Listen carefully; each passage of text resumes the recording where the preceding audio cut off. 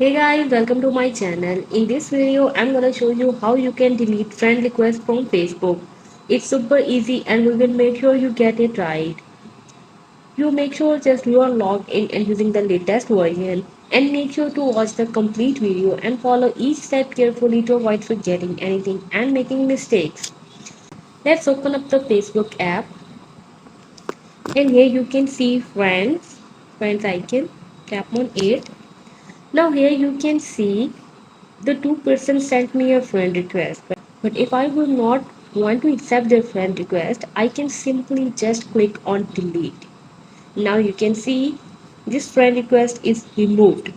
But now if you have sent request to someone and you want to delete that, now tap on this see all, tap on these three dots, view sent request, and now here you can simply click on cancel. And now your friend request is cancelled. So this is how you can easily delete your sent friend request.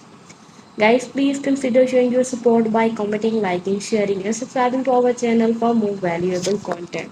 Thanks guys.